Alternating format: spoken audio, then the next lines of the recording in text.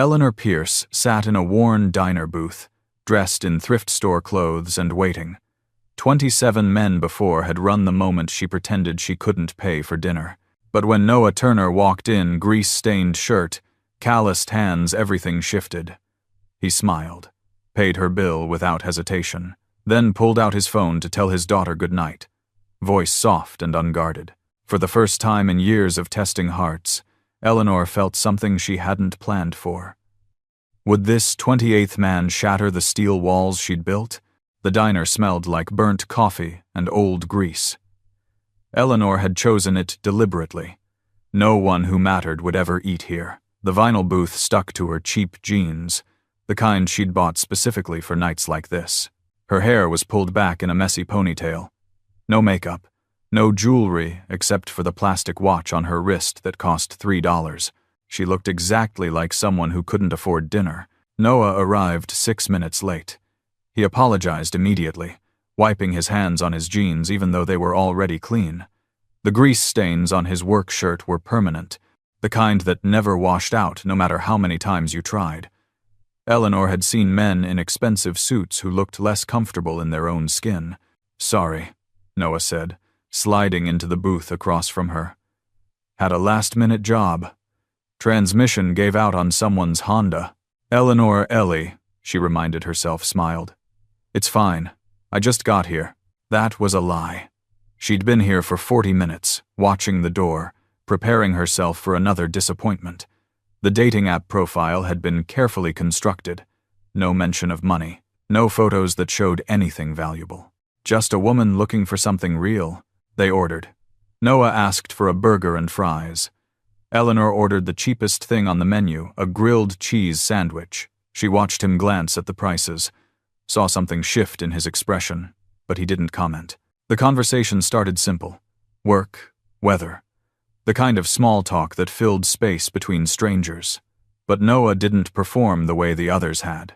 He didn't check his phone, didn't scan the room for better options. When Eleanor spoke, he listened like her words actually mattered. "So you fix cars," Eleanor said. Noah nodded. "Own a small shop.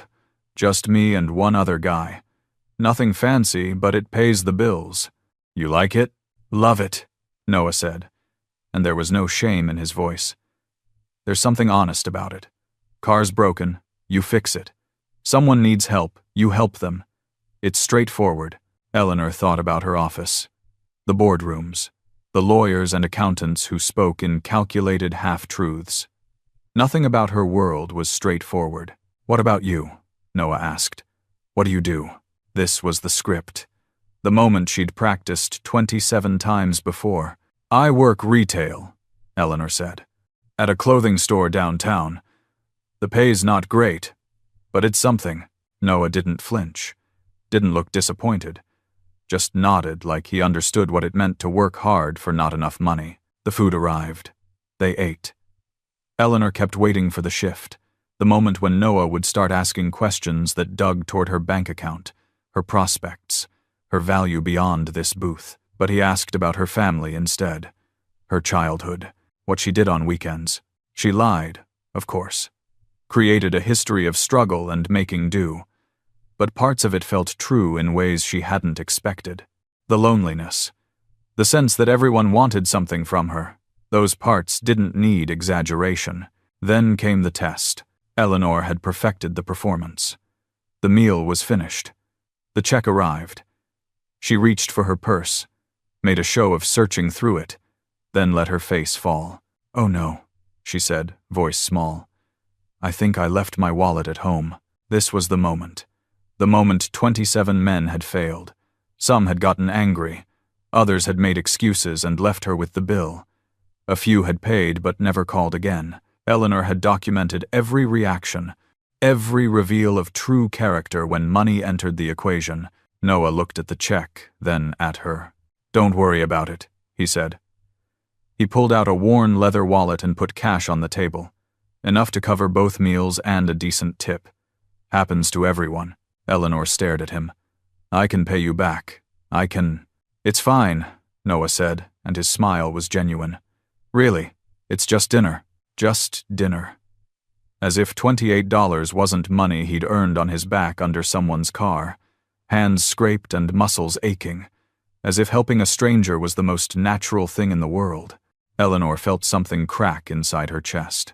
They walked out together. The parking lot was cold, fall air cutting through her thin jacket. She'd left her expensive coat at home, of course. Noah noticed her shiver. "You need a ride?" he asked. "I'm okay," Eleanor said. "I don't live far." Another lie. Her penthouse was across the city. Noah nodded, but he didn't move toward his truck yet. Instead, he pulled out his phone. "Give me just a second," he said. "I need to call my daughter." Eleanor watched him dial, watched his whole face soften when a small voice answered. "Hey, Ladybug," Noah said. "Just wanted to say goodnight before you go to bed." The voice on the other end was bright and chattering. Eleanor couldn't make out the words, but she could hear the joy in them. I know, Noah said, laughing. "I'll bring pancakes for breakfast. The chocolate chip ones, I promise." He listened for a moment. "I love you too. Sleep tight." He ended the call and looked at Eleanor. "Sorry about that. My daughter, Lily, she's 7, doesn't sleep well if I don't call." "That's sweet," Eleanor said, and meant it. "She's everything," Noah said simply. "Been just the two of us for a while now. Her mom left when Lily was 3, decided she didn't sign up for the whole family thing. He said it without bitterness, just fact. So we figure it out together." Eleanor had researched dozens of men, run background checks, vetted their social media, but standing in this parking lot, watching Noah talk about his daughter with that unguarded love, she realized she'd never actually seen into someone's heart before. "I'd like to see you again," Noah said. "If you want to." Eleanor should have said no. Should have ended the test here, documented his success, moved on with her life. But instead she heard herself say, "I'd like that." They exchanged numbers. Noah waited until she was in her car, the old Honda she'd bought specifically for these tests, before he drove away in his beat-up Ford truck.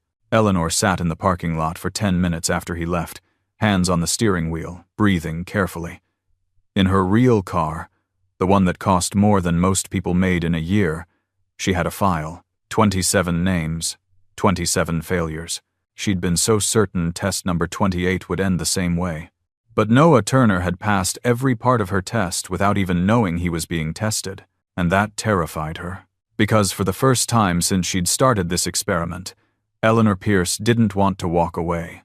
She wanted to see him again, wanted to meet his daughter, wanted to know what it felt like to be around someone who didn't want anything from her except her company. She wanted to keep being Ellie, the woman who worked retail and forgot her wallet and didn't have the weight of a billion-dollar empire on her shoulders. Eleanor drove home through the city, past the neighborhoods that got nicer and nicer until she reached the building where her penthouse occupied the entire top floor. She rode the elevator up, walked into her empty apartment with its floor-to-ceiling windows and designer furniture, and felt more alone than she had in the cheap diner booth. Her phone buzzed. A text from Noah. "Thanks for tonight. Hope you got home safe." Eleanor looked at the message for a long time. Then she typed back, "I did. Thank you for dinner, and for being kind." His response came quickly. "Kindness is free. See you soon?" "Yes," Eleanor wrote. "Soon." She set down her phone and walked to the window. The city spread out below her, millions of lights, millions of people.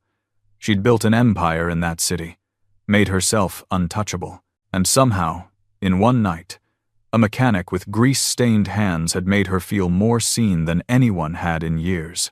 Eleanor had designed this test to protect herself, to prove that men couldn't be trusted when money was involved, to confirm that her walls were necessary. But Noah Turner had walked right past those walls without even noticing they existed, and Eleanor didn't know what to do with that. They met again 3 days later, then again the following weekend. Each time, Eleanor drove the old Honda and wore clothes that looked like they'd been worn too many times. Each time, Noah showed up exactly as he was, honest, unhurried, present. The third date, he brought Lily. Eleanor had prepared for this. She'd researched child psychology, read articles about single fathers, practiced the right things to say. But when Lily climbed out of Noah's truck, wearing light-up sneakers and a smile that took up her whole face, all of Eleanor's preparation evaporated. "You're Ellie," Lily announced. "Dad said you're nice." "Did he?" Eleanor looked at Noah, who had the decency to look slightly embarrassed. "I might have mentioned you once or twice," Noah said. 17 times, Lily corrected. "I counted." They went to the park. Eleanor sat on a bench while Noah pushed Lily on the swings, watched them move together with the ease of people who'd figured out how to be a family even when half of it was missing. Lily's laughter carried across the playground. Noah's responses came automatic, like he'd learned her rhythms by heart. Eventually, Lily ran off to the slides, and Noah sat down next to Eleanor. "She likes you," he said. "I haven't done anything yet," Eleanor said. "Exactly," Noah replied. "You're not trying too hard. Lily can tell when people are faking it." Eleanor's throat tightened. If only he knew. Lily came back with grass stains on her knees and a request for ice cream. They walked to a small shop 2 blocks away, the kind of place that hadn't updated its decor since the 1980s. Lily ordered chocolate. Noah got vanilla. Eleanor asked for strawberry and reached for her purse out of habit before catching herself. Noah had already paid. They sat outside on a wooden bench that needed painting. Lily wedged herself between them, swinging her legs and talking about her second-grade teacher and a boy named Marcus who ate glue. Eleanor found herself listening to every word, caught up in the simple specificity of a 7-year-old's concerns. "Do you have kids?" Lily asked suddenly, looking up at Eleanor with ice cream on her chin. "No," Eleanor said. "I don't. Do you want them?" Noah reached over and wiped Lily's face with a napkin. "Ladybug, that's a personal question." "It's okay," Eleanor said.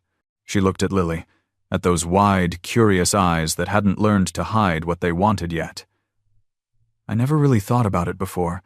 I've been focused on work." "What kind of work?" Lily asked. Eleanor's mind raced. She'd told Noah she worked retail. Had to keep the story straight. "I help people find clothes that make them happy," Eleanor said, which was technically true if you counted the board meetings where she approved marketing strategies for her company's fashion subsidiaries. Lily considered this. That sounds nice. Making people happy is important. Something about the simple certainty in Lily's voice made Eleanor's chest hurt. They finished their ice cream, walked back to the parking lot. Lily held Noah's hand on one side and reached for Eleanor's on the other, creating a chain between them. Eleanor looked down at the small fingers wrapped around hers and felt the weight of what she was doing settle deeper into her bones. This wasn't just a test anymore.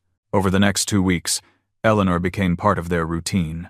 She met them for dinner at places with plastic menus and crayons for kids, helped Lily with her homework at the public library, sat in the waiting room of the garage while Noah finished up work, breathing in the smell of motor oil and listening to him talk to customers with the same patience he used with his daughter. She learned that Noah made pancakes every Sunday, that Lily was afraid of thunderstorms but brave about everything else. That Noah's truck had 230,000 miles on it, and he refused to replace it because his father had given it to him before he died. She learned what it felt like to be part of something that mattered in a way her boardrooms never had. But the lie grew heavier with each passing day. Eleanor started making excuses at work. Delegated meetings, let calls go to voicemail. Her assistant asked if she was feeling well. Her CFO wanted to know why she'd missed 3 executive briefings in a row. "I'm taking some personal time," Eleanor said, which was true and also completely inadequate. She was living 2 lives, and the distance between them was getting harder to cross. One afternoon, Lily asked if Eleanor wanted to come over for dinner. "Just spaghetti, nothing fancy." Noah looked at Eleanor carefully when he extended the invitation, like he was offering something more than a meal. "I'd love to," Eleanor said. Noah's house was small. 2 bedrooms, 1 bathroom, a kitchen where everything was clean but worn. Pictures of Lily covered the refrigerator. School artwork hung on the walls with painter's tape. The furniture looked like it had been bought second-hand and assembled with care. It was nothing like Eleanor's penthouse. It felt like a home. They cooked together. Noah handled the pasta while Eleanor helped Lily tear lettuce for salad. They moved around each other in the tiny kitchen with an ease that surprised Eleanor. No one was performing. No one was trying to impress anyone. They were just making dinner. Afterward, they watched a movie. Some animated thing about talking animals that Lily had seen a dozen times. Eleanor sat on the couch with Lily curled against her side, feeling the warmth of the child's body and the simple trust in the way she'd arranged herself. Noah caught Eleanor's eye over Lily's head, smiled in a way that made Eleanor forget, for just a moment, who she really was. Then Eleanor's sleeve rode up. She didn't notice at first. Was too focused on the movie, on Lily's running commentary about which character was her favorite. But when she reached for her water glass, her watch caught the lamplight. The watch she'd forgotten to take off. The Patek Philippe that cost more than Noah, probably made in 6 months. Noah's expression shifted. Just slightly. A small crease between his eyebrows. He didn't say anything, didn't draw attention to it, but Eleanor saw the moment he noticed, saw the question forming behind his eyes. She pulled her sleeve down quickly, covered the watch, but the damage was done. The movie ended. Eleanor made excuses about getting home. Noah walked her to the door while Lily got ready for bed. The night air was cool between them. "Thanks for coming," Noah said. "Thanks for having me," Eleanor replied. Her voice sounded too formal in her own ears. Noah looked at her for a long moment. "That's a nice watch." Eleanor's stomach dropped. It was a gift. From a long time ago. "Must have been some gift," Noah said quietly.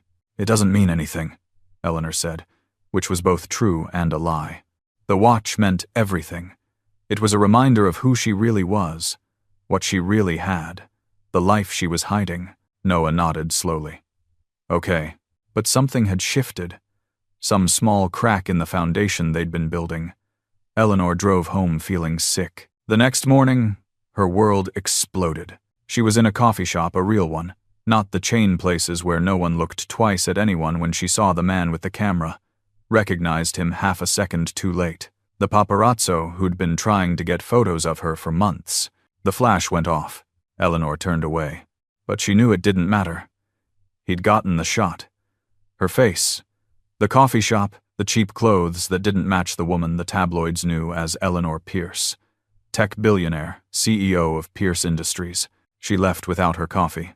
By noon, the photo was everywhere. Social media, gossip sites, business news trying to figure out why Eleanor Pierce was dressed like she shopped at thrift stores and drinking coffee in a neighborhood she had no reason to be in. By evening, someone had connected the dots.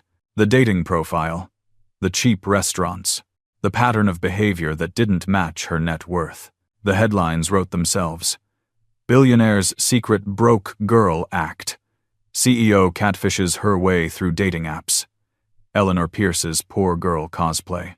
Eleanor sat in her penthouse and watched her phone explode with notifications.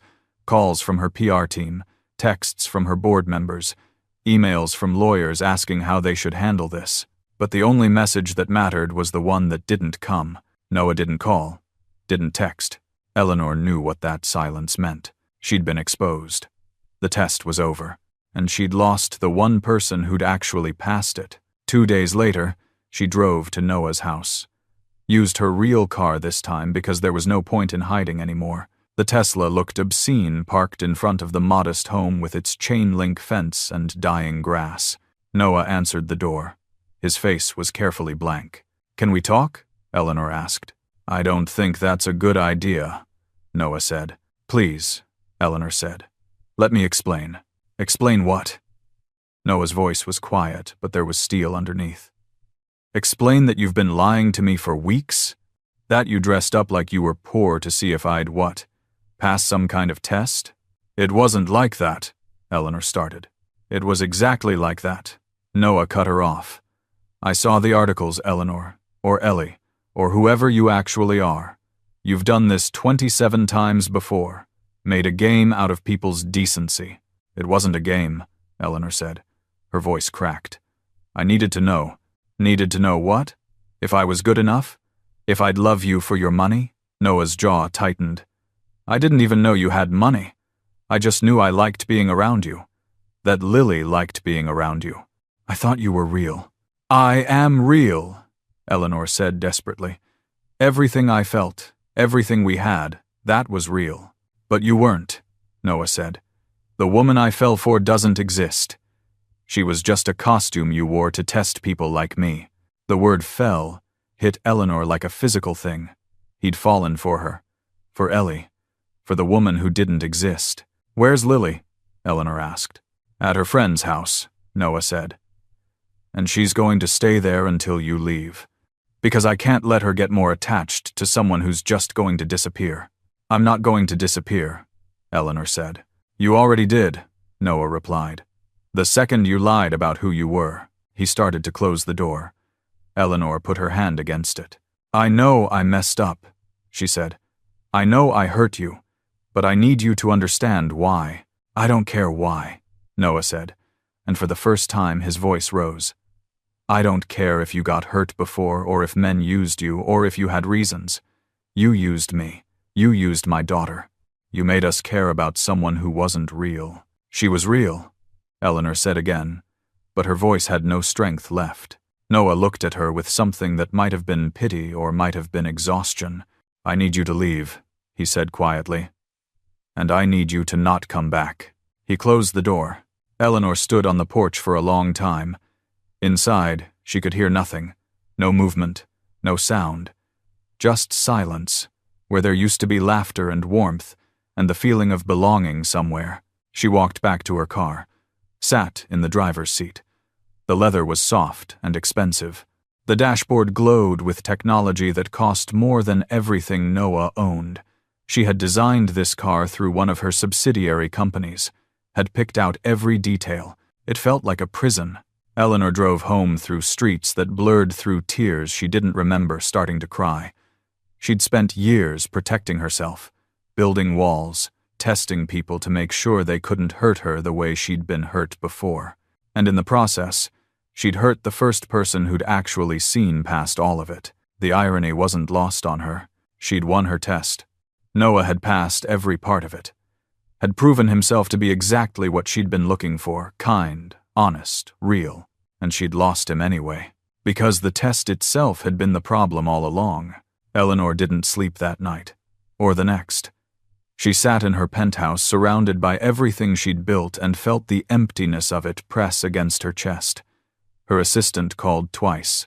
Her CFO sent urgent emails about a merger that needed her attention. The world kept turning like nothing had changed, but everything had changed. On the third night, her phone rang at 11:47, an unknown number. Eleanor almost didn't answer, but something made her pick up. Is this Ellie? The voice was small and scared. Eleanor sat up straight. Lily?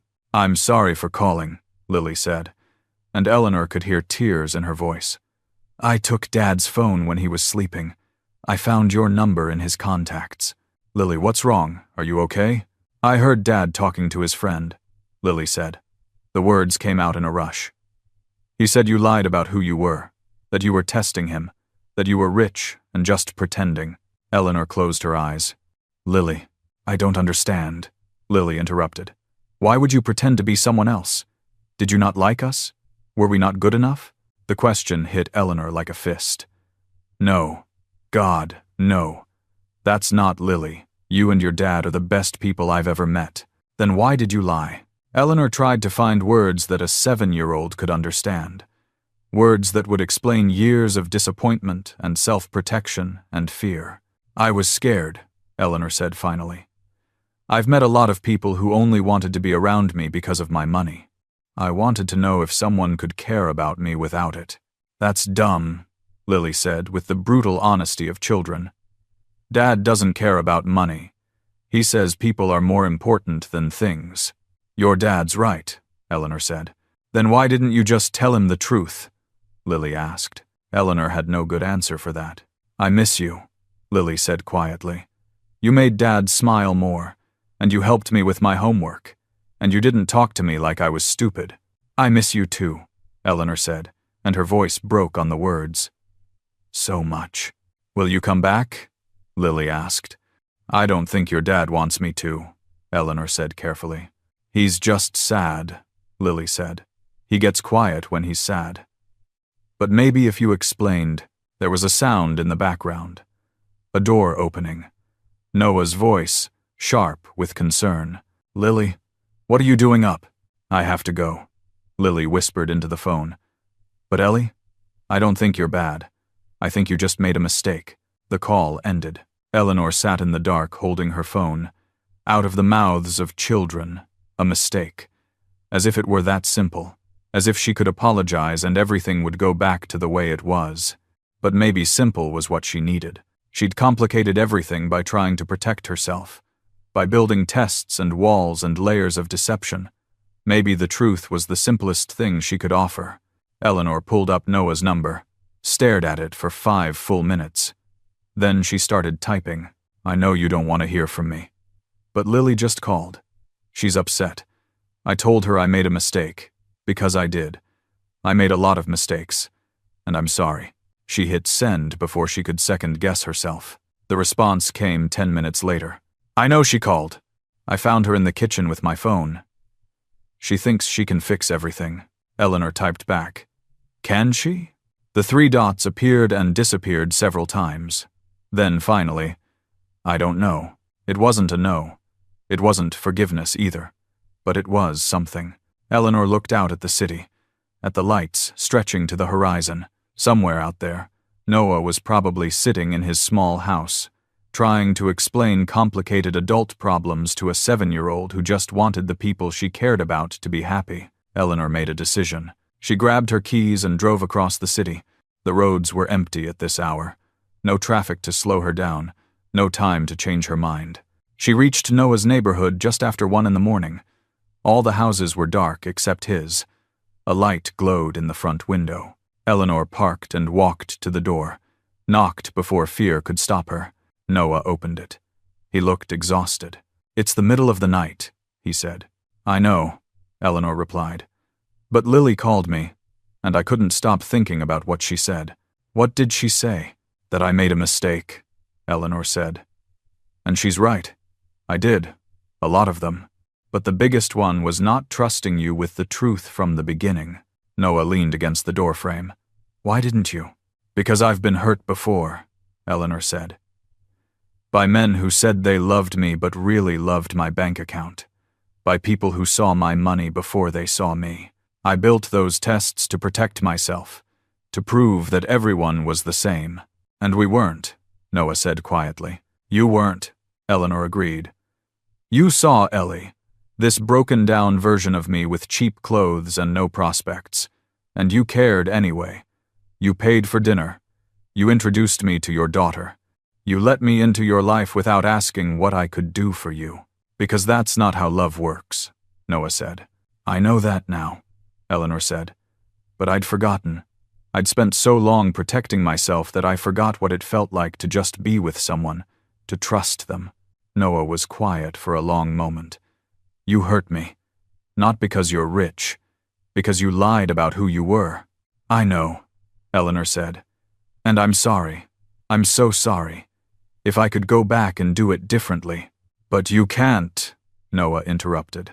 That's the thing about lies. You can apologize for them, but you can't undo them. Eleanor felt tears on her face but didn't wipe them away. So what do we do? I don't know, Noah said honestly. I need to think about Lily, about what's best for her. She's already been left by one person who was supposed to stay. I can't let her get hurt again. I would never hurt her, Eleanor said. You already did, Noah replied. His voice wasn't cruel, just tired. You walked into our life as someone you weren't. And now she's confused and sad and asking questions. I don't know how to answer. Eleanor nodded. She'd known this was coming, had prepared herself for it. But hearing it still felt like breaking. I understand, she said. I'll leave you both alone. She turned to go. Wait, Noah said. Eleanor looked back. Do you actually care about us? Noah asked. Or were we just another test? You stopped being a test the moment you called Lily that first night, Eleanor said. When I heard how much you loved her. When I saw what kind of father you were. What kind of man you were. Everything after that was real. The only fake thing was my name and my job, but how I felt that was real. Noah studied her face. How do I know that's true? You don't, Eleanor said simply. You just have to decide if you believe me. The same way I had to decide if I believed you. Except you actually are who you said you were, and I wasn't. So I understand if you can't. The door to Lily's room opened. The little girl stood in the hallway in her pajamas, rubbing her eyes. Ellie, she said sleepily. Hi, Ladybug, Eleanor said softly. I'm sorry we woke you up. Lily walked past Noah and wrapped her arms around Eleanor's waist. Eleanor looked at Noah. He was watching them with an expression she couldn't read. I don't know, Eleanor said honestly. That's up to your dad. But you don't want to leave? Lily asked. No, Eleanor said. I don't want to leave. Lily looked at her father. Dad, can Ellie stay? It's complicated, Ladybug, Noah said. It's only complicated because you're making it complicated, Lily said, with the devastating logic of children. You like her. She likes you. She made a mistake, but she said sorry. Isn't that what you always tell me? That saying sorry is important? Noah knelt down so he was eye level with his daughter. Sometimes sorry isn't enough. Sometimes people hurt us and we need time to figure out if we can trust them again. But how will you figure it out if you don't give her a chance? Lily asked. Noah looked at Eleanor over his daughter's head. She saw the war happening behind his eyes. The desire to protect his child versus the desire to believe in second chances. The fear of being hurt again versus the possibility of something real. Eleanor didn't push, didn't plead, just waited. Finally, Noah stood up. Lily, go back to bed. But, bed, Noah said firmly. Eleanor and I need to talk. Adult talk. Lily looked between them, then hugged Eleanor one more time before trudging back to her room. Noah and Eleanor stood in the doorway alone. I can't promise I'll get over this quickly, Noah said. I can't promise I'll be able to trust you the way I did before. I know, Eleanor said. But Lily's right about one thing, Noah continued. I did like you. A lot. And maybe that person you were pretending to be, maybe that was closer to who you really are than the CEO version. It was, Eleanor said. Ellie is who I am when I'm not trying to be Eleanor Pierce. She's the person I want to be. Noah took a breath. Let it out slowly. If we do this, if we try this, it has to be real this time. No more tests, no more lies. You have to be honest with me about everything. Your life, your work, your world, all of it. I will, Eleanor promised. I'll tell you everything, answer any question, let you see all of it. And if it doesn't work? Noah asked. If your world and mine are too different? Then at least we'll know we tried, Eleanor said. At least we'll have given it a real chance. Noah looked at her for a long time. Then he stepped back from the door. Come in. It's cold out there. Eleanor stepped inside. The house smelled like home, like coffee and crayons and the laundry detergent Noah used, like everything she'd been missing in her empty penthouse. They sat at the kitchen table. The same table where they'd eaten spaghetti, where Lily had done her homework while Eleanor helped her sound out words. Tell me something true, Noah said. Something you've never told anyone. Eleanor thought about all the practiced speeches she'd given to boards and investors, all the carefully constructed answers she'd provided to journalists. None of those felt right for this moment. I'm lonely, she said finally. I have everything anyone could want. Money, success, power. But I'm so lonely I can barely breathe sometimes. And when I was with you and Lily, when I was Ellie, I forgot what that felt like. I forgot I was lonely. Because for the first time in years, I wasn't alone. Noah reached across the table, took her hand. His palm was rough from work, warm from living. I understand that, he said quietly. After Lily's mom left, I thought we'd be enough. Me and Lily against the world. And we were. We are. But then you showed up and I remembered what it felt like to have someone to share it with. To not have to be strong all the time. To have someone who saw me and stayed anyway. I'm staying, Eleanor said. If you'll let me. It's not going to be easy, Noah warned. Your world and mine, they're different. People are going to have opinions. About you dating a mechanic. About me dating a billionaire. About whether this is real or just some story for the tabloids. Let them talk, Eleanor said. I don't care what they think anymore. I only care what you think. What Lily thinks. Lily thinks you hung the moon, Noah said with a small smile. She's been asking about you every day since the news broke, wanting to know if you were okay. If you were sad. I was, Eleanor admitted. I am, but I'm also hopeful, because you let me in tonight, because you're giving me a chance I don't deserve. Everyone deserves a second chance, Noah said. Even people who make mistakes. They sat in the quiet kitchen as the night stretched toward morning, talked about everything Eleanor had been hiding, her company, her wealth, the life she'd built, and the loneliness it had cost her. Noah listened without judgment, asked questions that showed he was trying to understand, not trying to find fault. When the sun started to rise, Lily padded into the kitchen in her pajamas. You're still here, she said to Eleanor, and her smile was bright enough to hurt. I'm still here, Eleanor confirmed. Are you staying for pancakes? Lily asked. Dad makes them on Sundays. Eleanor looked at Noah. He nodded. Yeah, Eleanor said. I'm staying for pancakes. 3 months later, Eleanor stood in front of her executive board and made an announcement. She was stepping back from day-to-day operations, promoting her COO to CEO, taking on a chairman role that would let her guide the company without living in it. I need balance, she told them. I need a life outside these walls. Some of them understood. Some thought she was crazy. She didn't particularly care which. She drove to Noah's garage after the meeting, found him under a Chevy, music playing from a speaker covered in grease. Hey, she called out. Noah rolled out from under the car, saw her standing there in her business suit and smiled in a way that still made her heart skip. How'd it go? He asked. I'm free, Eleanor said.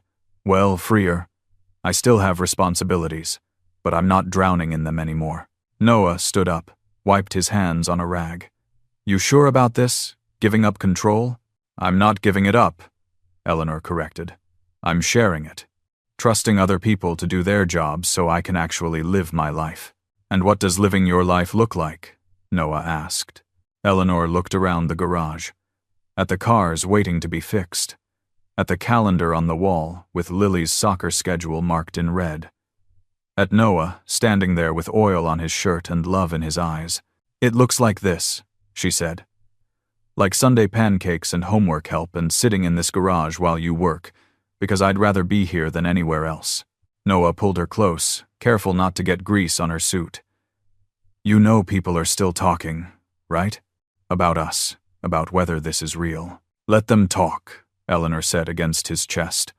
I know it's real. You know it's real. That's all that matters. That evening, Eleanor picked Lily up from school. They stopped for ice cream on the way home.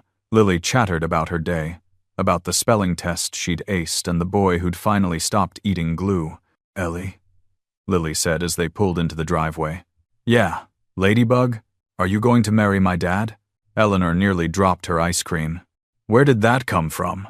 My friend Emma said her mom got married, and now she has a stepdad, Lily explained.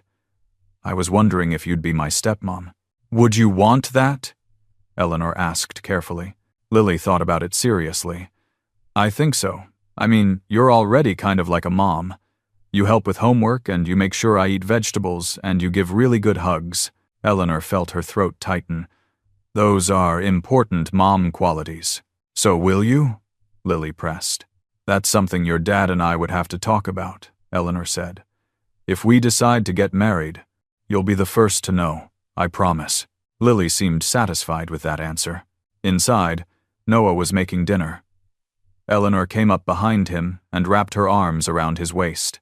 Lily asked if I was going to be her stepmom, Eleanor said. Noah turned around. What did you say? I said we'd have to talk about it, Eleanor replied. So, do we need to talk about it? Noah cupped her face in his hands. I love you. Not Eleanor Pierce, the CEO. Not Ellie, the woman who pretended to be poor. Just you. The person who shows up and stays, who loves my daughter like she's your own, who learned how to trust again even though it scared you. I love you too, Eleanor said. "Both of you. You taught me what actually matters. And it's not the tests or the walls or the protection. It's this, being brave enough to let people in. So yes," Noah said, "we should talk about it, but maybe not right now. Right now, I just want to have dinner with you and Lily and remember that sometimes the best things in life don't come from tests or plans. They come from taking a chance on someone who walks into a diner wearing a grease-stained shirt and orders a burger without looking at the prices." Eleanor laughed, kissed him, let herself be happy in a way that didn't require performance or protection. Later, after dinner and dishes and getting Lily to bed, Eleanor and Noah sat on the front porch. The neighborhood was quiet. Lights glowed in windows up and down the street. Ordinary lives being lived in ordinary houses. "I never thought this would be my life," Eleanor said, sitting on a porch in a regular neighborhood with a mechanic and his daughter. "Disappointed?" Noah asked. "The opposite," Eleanor said. "I spent years building an empire, achieving everything I was supposed to want, and I was miserable. But this sitting here with you, this is everything. Even though I can't buy you expensive things," Noah teased. "Even though we live in a house that needs a new roof and drive cars with 200,000 miles on them, especially because of that," Eleanor said, "because it means you loved me when you thought I had nothing. You passed the test without even knowing there was one." "So no more tests?" Noah asked. "No more tests," Eleanor agreed. "Just trust, just showing up, just being real with each other." "I can do that," Noah said. Eleanor leaned her head on his shoulder, looked up at the stars barely visible through the city's light pollution, thought about the 27 men who'd failed her tests, thought about how close she'd come to losing the 28th because the test itself was the problem. She'd been looking for someone who would love her without her money.